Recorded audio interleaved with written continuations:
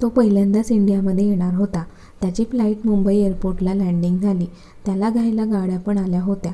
जवळजवळ 5 गाड्या आल्या होत्या. तो मधल्या गाडीत जाऊन बसला आणि गाड्या भरधाव वेगाने जात होत्या. काही वेळाने त्या एका खूप मोठ्या काचेच्या 20 मजली बिल्डिंगजवळ येऊन थांबले. तोच पहिल्या गाडीमधून एक व्यक्ती पळतच मधल्या गाडीजवळ आली आणि त्याने वाकून दरवाजा ओपन केला आणि त्यातून तो त्याच्या कोटचे बटन लावत तो बाहेर आला आणि त्याच्या अंदाजामध्ये चालत आत आला. त्याच्या आजूबाजूला त्याचे गार्ड होतेच. त्यातील पळतच एक जण पुढे गेला आणि त्याने लिफ्टचे बटन दाबले. तो आत आला आणि त्याच्यासोबत आतमध्ये 2 गार्ड पण आलेत. काही वेळाने ते पोहोचले. तसा तो लिफ्टमधून बाहेर आला. त्याने गार्डला हात दाखवला तसे ते खाली निघून गेले आणि हा त्याच्या प्रशस्त असलेल्या कॅबिनमध्ये आला. सगळं काही होतं त्याच्या कॅबिनमध्ये. कशाची म्हणून काही कमी नव्हती. तर हा आहे आपल्या कथेचा हिरो. स्वभावाने जेवढा शांत तेवढाच तापट, पण चांगल्यांची चांगला आणि वाईट लोकांची वाईट. दिसायला खूप हँडसम, उंचपुरा, गोरा पान, काळेक्षार डोळे, जिममध्ये जाऊन कमावलेली बॉडी, असा हा परफेक्ट आणि डॅशिंग असा ध्रुव महाजन. हे नाव ऐकताच मोठी मोठी बिझनेसमॅन घाबरतात, कारण ध्रुवने कामच तसे केले होते. तो इंडियाच्या बाहेर राहून सगळं काही हँडल करत होता. बिझनेस जरी त्याच्या बाबांची उभारी असली तरी सगळी मेहनत ध्रुवने घेतली होती आणि 1 वर्षाच्या आत त्याने त्याची कंपनी कुठल्या कुठे घेऊन गेला होता. ध्रुव खूप हुशार असल्यामुळे त्याच्या वडिलांनी त्याला शिक्षणासाठी बाहेर पाठवले होते आणि तिकडे पण ध्रुवने मेहनत घेऊन त्याचे फळ मिळवले होते. खरं तर त्याला इंडियामध्ये यायचे नव्हते, पण तो आज इंडियामध्ये आला होता ते फक्त त्याच्या आईमुळे. ध्रुव 10वीला असताना ध्रुवची आई खूप आजारी होती. तेव्हा त्यांची शेवटची इच्छा त्यांनी ध्रुवला सांगितली होती. त्याच्या आईला निराधार लोकांसाठी मदत करायची होती. ज्यांचं या जगात कोणीच नसतं त्यांना सगळं काही मिळवून द्यायचं होतं. गरीब लोकांसाठी राहायला आश्रम, उपचारासाठी हॉस्पिटल असे त्याच्या आईला वाटायचे आणि त्या ध्रुवला पण सांगायच्या. खरं तर ध्रुवच्या आईला कॅन्सर असल्यामुळे त्या वाचू शकल्या नाही आणि ध्रुव लहान असतानाच त्या सोडून गेल्या. त्याच्या आईची ही इच्छा पूर्ण करण्यासाठी तो इंडियामध्ये आला होता. ध्रुवच्या वडिलांनी ध्रुवसाठी दुसरे लग्न केले होते, पण ध्रुवला ते मान्य नव्हते. त्याने कधीच त्याच्या सावत्र आईशी जास्त प्रेमाने बोलला नाही की वागला नाही. ध्रुवचे वडील श्याम महाजन आणि त्याची सावत्र आई ममता महाजन. त्याच्या सावत्र आईसोबत तो जास्त बोलत नव्हता. त्याला एक बहीण पण होती, पण ती सावत्र आईची मुलगी रेवती महाजन. अशी आपल्या हिरोची फॅमिली. पण या फॅमिलीपासून तो वेगळा राहणारा म्हणजे आपला ध्रुव. काही वेळाने तो त्याच्या बंगलोला पोहोचला आणि त्याच्या बेडरूममध्ये जाऊन बेडवर बसला. कसला तरी विचार करत होता. तोच त्याला काहीतरी आठवले आणि तो उठून कपाटाजवळ गेला आणि त्याने एक बॉक्स बाहेर काढला आणि तो घेऊन तो पुन्हा सोफ्यावर जाऊन बसला. तो बॉक्स ओपन करायच्या आधी त्याला भरून आले. त्याने प्रेमाने त्या बॉक्सवर हात फिरवला आणि त्याचे ओठ पण त्या बॉक्सवर टेकवले. त्याने भरलेल्या डोळ्याने बॉक्स ओपन केला आणि त्यातून एक फोटो बाहेर काढला. त्याने त्या फोटोवरून पण प्रेमाने हात फिरवला आणि त्यावर ओठ टेकवले. त्याने त्याच्या काही आठवणी जपून ठेवल्या होत्या, त्या म्हणजे त्याच्या प्रेमाच्या. कारण त्याने खूप खूप प्रेम केलं होतं तिच्यावर, म्हणजे आपल्या हिरोईनवर. ती म्हणजे धानी ध्रुव महाजन, त्याची बायको. त्याने तो फोटो त्याच्या छातीशी कवटाळला आणि तिच्या आठवणीत रडू लागला. रडत असताना त्याला ती आठवू लागली आणि तो मागच्या सगळ्या गोष्टी आठवू लागला. DM कंपनीला आज कोण ओळखत नव्हतं. DM कंपनी म्हणजे आपल्या ध्रुवची. त्याने त्यामागे खूप मेहनत घेतली होती आणि त्याच्या मेहनतीला फळ पण मिळाले होते. आज ती खूप नावाजलेली कंपनी होती. त्याने त्याच्या कंपनीच्या ब्रँच बऱ्याच ठिकाणी ओपन केल्या होत्या. त्याला यामध्ये साथ त्याच्या बेस्ट फ्रेंड साहिलने केली होती. ध्रुवचा पण खूप विश्वास होता साहिलवरती. ध्रुव तिथून ठाण्याला जायला निघाला. ठाण्यामध्ये त्याच्या मालकीचा खूप प्रशस्त असा बंगलो होता. त्यात कसली म्हणून कमी नव्हती. त्याच्या त्या बंगलोमध्ये त्याच्या आईसोबतच्या बऱ्याच आठवणी होत्या. त्याची आई गेल्यानंतर तो इंडिया सोडून बाहेर गेला होता आणि आज तो खूप वर्षानंतर तिथे जाणार होता. जवळजवळ 20 वर्षांनी. ध्रुव त्याच्या ठाण्याच्या बंगलोवर येणार होता. तो गेल्यानंतर त्या बंगलोमध्ये कुणीच नव्हते. फक्त होते ते नीमा काका आणि त्यांची अर्धांगिनी. ते दोघं मिळून बंगलोची साफसफाई, सगळं काही नीट ठेवणे हे काम करायचे आणि ध्रुवने पण त्यांना न चुकता त्यांचा पगार आणि त्यापेक्षा खूप काही दिलं होतं त्यांना. काही वेळाने ध्रुवची गाडी आतमध्ये आली. नीमा काका त्याच्या स्वागतासाठी समोर उभे होते. त्यांनी ध्रुवचे स्वागत केले. ध्रुवने पण स्माईल दिली आणि तो आत आला. आत येताच त्याने सगळीकडे नजर फिरवली. तो जेव्हा बंगला सोडून बाहेर शिकायला गेला होता तसाच बंगलो नीमा काकांनी ठेवला होता. जरा म्हणून बदल झालेला नव्हता. तोच नेमा काका पण मागून आले आणि त्याच्याकडे पाहत, साहेब तुम्हाला काही हवं आहे का? ध्रुवने त्यांच्याकडे बघून स्माईल करत, काका मला कॉफी हवी आहे, माझ्या रूममध्ये पाठवा. एवढं बोलून तो त्याच्या रूममध्ये निघून गेला. नेमा काका आत किचनमध्ये आले आणि त्यांनी धानीला आवाज दिला. तशी धानी रुमालाला हात पुसत काकांच्या समोर येऊन उभी राहिली. तर ही आहे आपली धानी. दिसायला परीसारखी सुंदर, रंगाने गोरी पान, जास्त उंच नाही, काळेशार डोळे, लांब सडक पापण्या, मधुर बोलणे अशी आपली कथेची हिरोईन धानी. ती काकांकडे पाहत, काय झाले काका? धानी बाळा तू कॉफी आणि काहीतरी खायला बनवते का? धानी हसून, हो काका बनवते. आणि ती पटकन तिचं काम करायला लागली. तिने आधी कॉफी बनवायला ठेवली आणि खायला उत्तप्पा बनवायला घेतला. तिने 20 मिनिटांमध्ये सगळं काही बनवले आणि ट्रे काकांच्या हातात दिला. काकांनी पण ट्रे हातात घेतला आणि ध्रुवला द्यायला निघाले. त्यांच्या रूमच्या बाहेर येऊन उभे राहिले आणि त्यांनी आवाज दिला, साहेब. तोच ध्रुवचा आवाज आला, काका आत या. काका ट्रे घेऊन आत आले आणि त्यांनी टीपॉयवर ट्रे ठेवला आणि तिथेच बाजूला शांत उभे राहिले. ध्रुव पण सोफ्यावर जाऊन बसला आणि त्याने काकांकडे पाहत, काका कॉफी घेणार? नाही साहेब तुम्ही घ्या. आणि ध्रुव एक एक सिप घेत कॉफी पित होता. ध्रुव काकांकडे पाहत विचारू लागला, बंगलोमध्ये कोण कोण काम करतं? एक एक करून माहिती घेत होता. काका पण त्याला सगळं काही सांगत होते. कोण कोण काम करतं त्याची माहिती ते देत होते. आणि साहेब एक मुलगी आहे, तिला कामाची खूप गरज होती आणि तुम्ही येणार होता तर मी तिला किचनचे सगळे काम दिले आहे. तसं तिचं पण इथे कोणीच नाही, ती माझ्या गावचीच आहे. पण आई बाबा ती लहान असतानाच तिला सोडून गेले. तेव्हापासून ती तिच्या काका आणि काकूंजवळ राहत होती. पण त्या दोघांनी तिचं जगणं मुश्किल केलं होतं. तिच्याकडून खूप काम करून घेत होते आणि लहान वयातच तिचे लग्न लावून द्यायचा पण विचार ते करत होते. मी गावाकडे गेलो होतं तर ती मंदिराजवळ मला रडताना दिसली आणि न राहून मी तिला विचारले आणि तिने पण मला सगळं खरं खरं सांगितले. मला तिच्याबद्दल दया आली आणि मी श्याम साहेबांशी बोलून तिला इथे घेऊन आलो. ती इथे काम करून तिचे कॉलेज पण करत आहे. शेवटच्या वर्षाला आहे ती. ती पास झाली की नोकरी करेल म्हणते. मी तिला इथे घेऊन आलो तेव्हा सांगितले की तू तुझ्या अभ्यासाकडे लक्ष दे. पण ती किचनचं काम करून तिचा अभ्यास पण करते. ध्रुव पण शांतपणे काकांचे बोलणे ऐकत होता.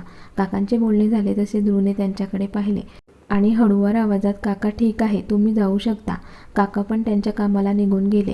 ध्रुवचे लक्ष उत्तप्पाकडे गेले आणि त्याने एक घास खायला घेतला आणि घास तोंडात टाकताच वाव असे निघाले. खूप वर्षानंतर तो एवढी टेस्टी जेवण करत होता. खरंच किती टेस्टी आहे हे, तो खात असताना बोलला. त्याने वेळ न वाया घालवता सगळं फिनिश केलं. तो फ्रेश होण्यासाठी आत गेला, पण चव मात्र त्याच्या तोंडावर अजून पण होती. यार कसला टेस्टी नाश्ता होता. त्याचा आवरून तो बाहेर आला आणि ऑफिसला जायची तयारी करू लागला. काही वेळाने त्याचा आवरून बॅग घेऊन तो खाली आला. तो बाहेर जातच होता की त्याला काकांनी आवाज दिला. तसा तो थांबला. काका पळतच त्यांच्याजवळ आले. साहेब तुम्ही ऑफिसला जाताय ना, मी दुपारी तुमच्यासाठी डब्बा घेऊन येईल. काकांचं बोलणं ऐकून ध्रुवला मनातून खूप आनंद झाला. त्याच्या मनात विचार येऊन गेला, वा काय दिवस आहे आजचा. सकाळी एवढं टेस्टी नाश्ता आणि लंचला अजून काय टेस्टी खायला मिळेल काय माहिती. तो भानावर येत काकांकडे पाहत, ठीक आहे काका. आणि तो जायला लागला पण मध्येच थांबला आणि काकांना पुन्हा आवाज दिला, काका जेवण पण टेस्टी असेल ना नाश्त्यासारखे? काका हसत, हो साहेब. त्यांचं बोलणं ऐकून ध्रुवच्या चेहऱ्यावर स्माईल आली आणि तो हसत बाहेर आला. त्यांच्या कारजवळ आला, बॅग आत ठेवली आणि स्वतः ड्राईव्ह करत ऑफिसला जायला निघाला. काका पण त्यांचं काम करत होते. काम करत असताना त्यांना काहीतरी आठवले. त्यांनी घड्याळ पाहिले आणि ते गार्डनच्या दिशेने जायला निघाले. खरं तर ते धानीला भेटायला जात होते. धानी गार्डनमध्ये एका छोट्याशा रूममध्ये राहत होती. या वेळेला ती कॉलेजला जायची तयारी करायची, पण आज ती घरीच होती आणि नोट्स काढत होती. काकांनी धानीला आवाज दिला, बाळा एक काम करशील? धानी हसत, सांगा ना काका काय काम करायचं आहे? बाळा आपल्या लहान साहेबांसाठी दुपारी जेवणाचा डब्बा पाठवायचा आहे. तू करशील का त्यांच्यासाठी जेवण? काका त्यात काय एवढं, मी करेल, तुम्ही निश्चिंत राहा. तिचं बोलणं ऐकून काकांना पण आनंद झाला आणि ते त्यांचं काम करायला निघून गेले. अजून वेळ असल्यामुळे तिने आधी तिच्या नोट्स काढल्या आणि नंतर ती किचनमध्ये जाऊन जेवण बनवू लागली. काही वेळातच तिने जेवण बनवले आणि टिफिन पण पॅक केला आणि काकांना सांगितले टिफिन रेडी आहे म्हणून. काकांनी पण टिफिन दुसऱ्या नोकरांकडून ऑफिसला पाठवला आणि ते किचनमध्ये आले. नर्मदा काकू आणि धानीने जेवणाची तयारी केली होती. ते तिघं मिळून जेवण करायला बसले. इकडे ध्रुव पण ऑफिसला पोहोचला होता. आत येताच त्याने सगळ्यांवरून नजर फिरवली आणि त्याच्या अंदाजात चालत तो त्याच्या केबिनकडे जायला निघाला. त्याच्या पाठीमागे त्याचा पीए पळतच जात होता. इकडे जेवण करत असताना धानी काकांकडे पाहत, काका साहेब खातील का माझ्या हातचं बनवलेलं जेवण? काका हसत, नक्की खातील, कारण सकाळी तू केलेला नाश्ता पण त्यांनी पूर्ण संपवला होता आणि ऑफिसला जात असताना मी त्यांना विचारले होते टिफिन पाठवू का, तर त्यांनी हसत मला विचारले होते नाश्तासारखं जेवण पण टेस्टी असेल ना म्हणून. काकांचं बोलणं ऐकून दानीला आनंद झाला. आणि दानी, तू इथेच आहेस तोपर्यंत एवढं टेस्टी जेवण करायला मिळेल, नंतर तुला पण नोकरी मिळाली की तू इथून जाशील, तेव्हा तुझ्या हाताच्या टेस्टी जेवणाची खूप आठवण येईल बघ. धानी हसत, काळजी करू नका काका, मी जरी नोकरीला लागले तरी आठवड्यातून एकदा तुम्हाला नक्की माझ्या हातचं खायला घालेल. तसे ते तिघं हसतात. पोरी, खरंच खूप गुणी आहेस तू, खूप मोठी हो, आमच्या दोघांचे आशीर्वाद तुझ्या पाठीशी आहे. जेवण करत करत त्यांच्या गप्पा चालू असतात. काही वेळाने काकू आणि ती किचनचं सगळं आवरते आणि तिच्या खोलीमध्ये येते. तिला वाचनाची प्रचंड आवड असल्यामुळे ती दुपारी येताना 2 बुक घेऊन यायची आणि ती पूर्ण वाचून सकाळी ती बुक जिथे होती तिथे ठेवायची. आज पण येताना तिने बुक आणले होते. ती बेडवर आडवी झाली आणि बुक ओपन करणार तोच तिला पहिल्या कव्हर पेजवर एक फोटो दिसला. त्या फोटोवरून तिने प्रेमाने हात फिरवला. तिच्या मनात विचार येऊन गेला, कसला हँडसम आहे हा. तोच तिचं लक्ष खाली गेलं. त्यावर त्याचे नाव होते ध्रुव श्याम महाजन. ती बराच वेळ त्या फोटोकडे भानावरून पाहत होती. काही वेळाने ती भानावर आली आणि तिने बुक वाचायला सुरुवात केली आणि काही वेळातच तिने पूर्ण बुक वाचून काढली. बुक बाजूला ठेवून ती पुन्हा ध्रुवचा विचार करू लागली. राहून राहून तिला त्याच्या फोटो पाहायची खूप इच्छा होत होती आणि न राहून तिने पुन्हा बुक हातात घेतली आणि त्या फोटोकडे खूप प्रेमाने पाहू लागली. धानीला तर माहिती पण नव्हतं की ती ज्याच्या घरी राहत आहे तेच घर ध्रुवचे आहे. ध्रुवच्या विचारात धानी मग्न असते. इकडे ऑफिसमध्ये पण ध्रुव त्याच्या कामात बिझी असतो.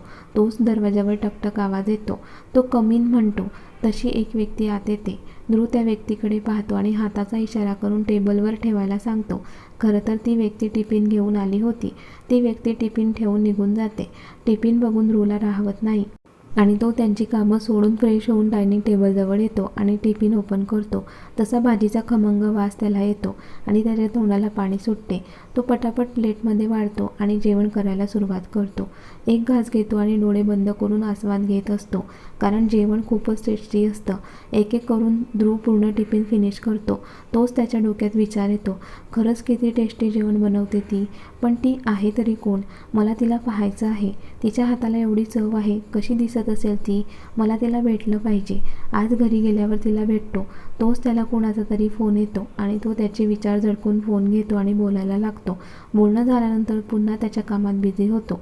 इकडे ध्रुवचा फोटो पाहत धानीला पण झोप लागते आणि इकडे ध्रुव जरी कामात व्यस्त असला तरी त्याला सतत आठवत होतं ते म्हणजे जेवण किती टेस्टी होतं, ते बनवणारी कशी असेल.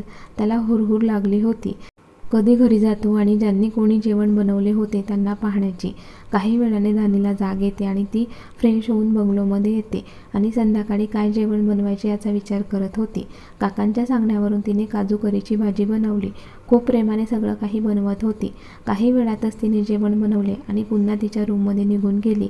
काका आणि काकूंना तिचं आणि तिच्या कोणत्याही गोष्टीचं खूप कौतुक होत होतं. सगळे ध्रुव येण्याची वाट पाहत होते. तसे आधी तिथे कोणी नव्हते तर ते त्याच्या वेळेत जेवण करत होते, पण आता त्यांचे साहेब आले होते तर त्यांच्या आधी कसं जेवण करायचं म्हणून सगळे त्यांची वाट पाहत थांबले होते. काही वेळाने ध्रुव आला आणि त्याच्या रूममध्ये निघून गेला. फ्रेश होऊन तो डायनिंग टेबलला येऊन बसला. काकांनी आधी सगळी तयारी केलेली होती. त्यांनी ध्रुवला प्लेटमध्ये वाढून दिले. त्याने एक घास घेतला आणि पुन्हा त्याच्या तोंडातून वाव निघाले. आताचं जेवण पण खूप टेस्टी झाले होते.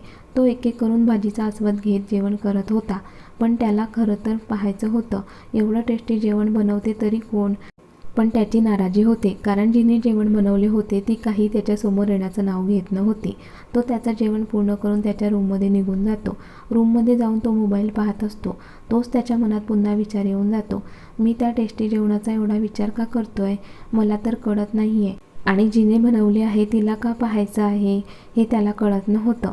त्याचं चित्त लागत नव्हतं. म्हणून तो फोन घेतो आणि रेवतीला फोन करतो आणि बाल्कनीमध्ये येतो. पण रेवती काही फोन उचलत नाही. तो तिला 3 ते 4 वेळेला फोन करतो, पण ती फोन उचलत नाही. तो मोबाईल पॅन्टच्या खिशात टाकतो आणि खाली गार्डनकडे पाहत असतो. तोच त्याला खाली कोणीतरी बसलेलं दिसतं. ती गार्डनमध्ये बसून काहीतरी करत होती. त्याला ते दिसत नव्हतं. धानी रात्री जेवण करून गार्डनमध्ये यायची आणि डायरीमध्ये लिहायची. तिची सवय होती. पूर्ण दिवसात तिने काय काय केले ते ती डायरीमध्ये लिहित होती. तसंही धानीला नेमा काका आणि नर्मदा काकू जवळच्या होत्या, कारण त्यांच्या व्यतिरिक्त तिचं आपलंसं असं कोणीच नव्हतं. तशी लहान असताना तिला एक मैत्रीण होती, पण तिच्या मैत्रिणीच्या बाबांची बदली झाली आणि ती पण दुसरीकडे राहायला गेली. तेव्हापासून धानी आणि तिचा संपर्क नाही झाला. ध्रुव पण बाल्कनीमधून तिच्याकडे पाहत होता. त्याला आठवले की ही तीच आहे, तिने एवढे टेस्टी जेवण बनवले. तो तिचा चेहरा पाहण्याचा प्रयत्न करत होता, पण त्याला काही केल्या दिसत नव्हतं. आणि इकडे धानी लिहिण्यात व्यस्त होती. तिला कुठलंच भान नव्हतं. ध्रुव विचार करत, ही काय करते तिथे बसून आणि अशी एकटी का बसली आहे? मी जाऊ का खाली तिच्याजवळ? नाही नाही, मी असं अचानक तिथे गेलो तर तिला काय वाटेल माझ्याबद्दल? त्यापेक्षा मी इथेच थांबतो आणि तो चेअरवर बसतो आणि तिला तिथून वाकून वाकून पाहत असतो. खरं तर त्याला तिचा चेहरा पाहायचा असतो, पण तो काही केल्या त्याला दिसत नव्हता, म्हणून तो नाराज होत होता. त्याला मागून पण ती खूप छान वाटत होती, म्हणून तो तिला तसंच पाहत असतो. तोच त्याचा फोन वाजतो. त्याने पाहिले तर रेवतीचा फोन होता. त्याने फोन घेतला आणि तो बोलू लागला. तो रेवतीशी बोलण्यात एवढा बिझी झाला की त्याचं लक्ष धानीवर होतं हे पण तो विसरून गेला. काही वेळाने बोलून त्याने फोन ठेवला आणि त्याने पुन्हा गार्डनकडे पाहिले तर त्याला ती कुठेच दिसली नाही.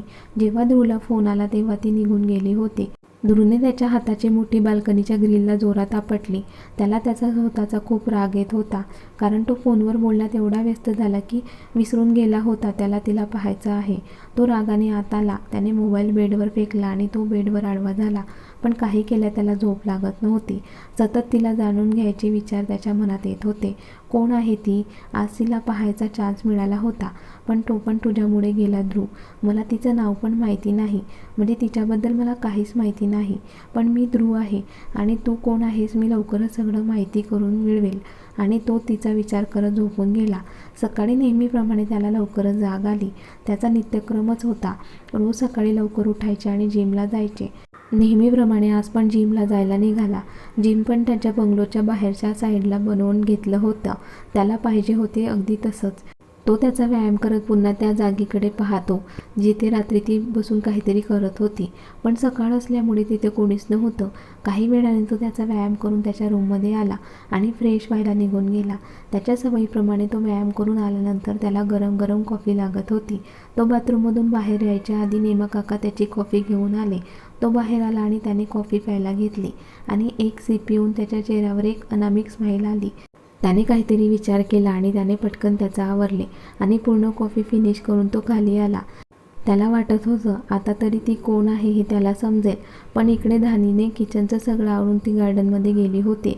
ध्रुवला खाली डायनिंग टेबलवर बसलेलं बघून काकूने त्याच्यासाठी प्लेट लावायला घेतली आणि काही वेळातच त्याच्यासमोर प्लेट आणून ठेवल्या. काकूंना बघून तो पुन्हा नाराज झाला, पण विचारणार कुणाला म्हणून त्याने मुकाट्याने सगळे संपवले आणि काही न बोलता ऑफिसला निघून गेला. तो काही न बोलता गेल्यामुळे काकूला काही कळत नव्हतं आज साहेबांचा टिफिन पाठवायचा की नाही, पण त्या जास्त विचार न करता त्यांचं काम करायला निघून गेल्या. आज त्याला ते दिसले नाही म्हणून तो खूप नाराज होता. आज पूर्ण दिवसात त्याचं कामात लक्ष लागत नव्हतं आणि आज तो काहीच न बोलता निघून आल्यामुळे त्याला तिच्या हातचे जेवण पण करायला मिळाले नव्हते, म्हणून त्याची खूप चिडचिड होत होती. संध्याकाळी त्याची खूप महत्त्वाची मीटिंग होती. ती त्याने पूर्ण केली आणि तो घरी जायला निघाला. आज पूर्ण दिवसात नाराज होता, म्हणून फ्रेश झाला आणि काकांना सांगून जेवण त्याने त्याच्या रूममध्येच मागवून घेतले. तिच्या हातचं जेवण करून त्याचा पूर्ण दिवसात खराब झालेला मूड परत आला आणि त्याने आनंदाने जेवण संपवले. जेवण करून तो बाल्कनीमध्ये आला. त्याला वाटत होतं कदाचित आज पण ती तिथेच बसलेली असेल आणि ती त्याला त्याच जागेवरती बसलेली दिसली आणि तो तिला बघून त्याला खूप आनंद झाला. तो बराच वेळ तिलाच पाहत होता. आज पण त्याचा नाईलाज झाला, कारण त्याला तिचा चेहरा पाहायला मिळाला नाही, पण ती दिसली म्हणून तो हॅपी होता. तो आनंदाने आत आला आणि बेडवर आडवा झाला आणि तिच्या आठवणी झोपून गेला. ध्रुवला धानी कधी पाहायला मिळेल, धानी कधी त्याच्यासमोर येईल, बघूया पुढील भागात. आणि कथेचा हा भाग कसा वाटला कमेंट्स करून नक्की कळवा आणि व्हिडिओला लाईक, शेअर आणि लाईफ मराठी स्टोरीज चॅनलला सबस्क्राईब करायला विसरू नका. धन्यवाद.